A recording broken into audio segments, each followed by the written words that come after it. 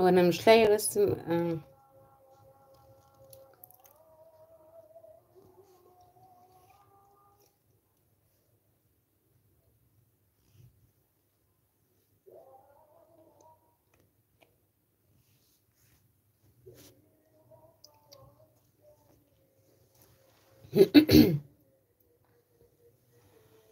ثواني بس، انا بحاول بس ايه عشان عايزه اكتب لك والنعمه بالله والنعمه بالله.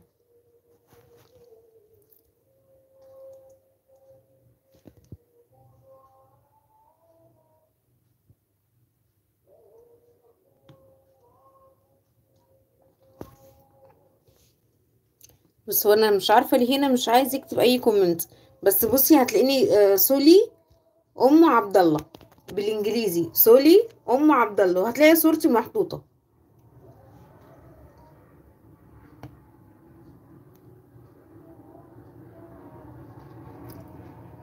انا مش عارفه. طيب بصي، طب اقول لك ايه، استني بحاول افكر في طريقه تعرفي توصلي لي بيها. سؤال ايه اللي اكمله؟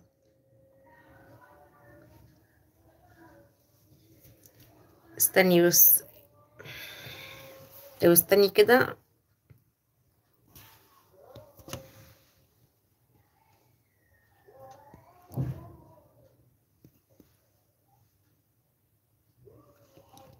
لا مش عايزه انا.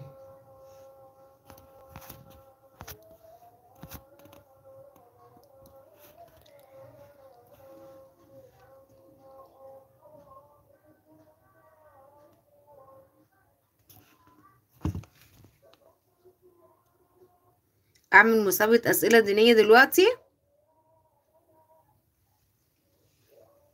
طيب ماشي، نعمل مسابقه دينيه. ايه اطول سوره في القران الكريم؟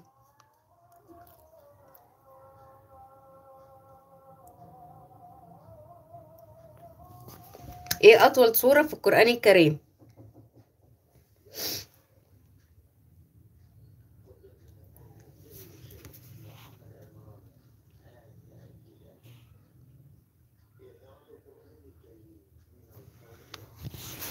ثواني.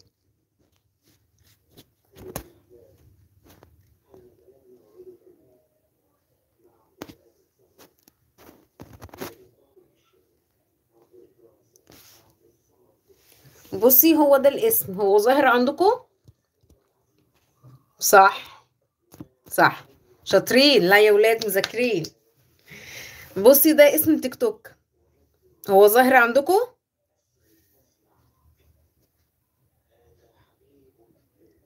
مش عارفه ظاهر عندكم ولا لا. كده ظهر طيب.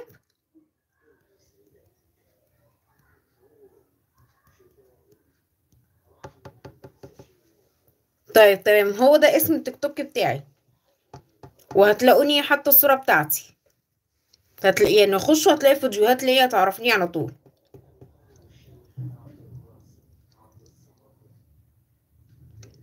طيب تمام. يلا اسألوا انتوا بقى اسئله وانا هجاوب عليكم. طبعا يا حبيبتي هقبلك يا قلبي على راسي، ان انت متنوريني والله. ابعتيلي بس على طول وانا هخش اقبلك على طول.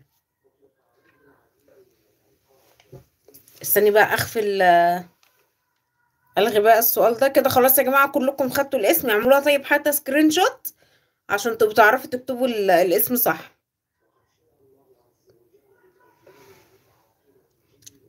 ماشي تمام. تمام. سورة الكوثر. سورة الكوثر. أصغر سورة في القرآن الكريم سورة الكوثر.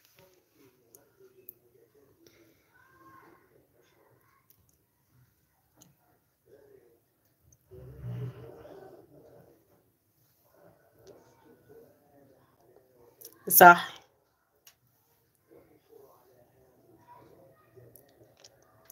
أطول آية في القرآن الكريم آية الكرسي، على ما أعتقد يعني.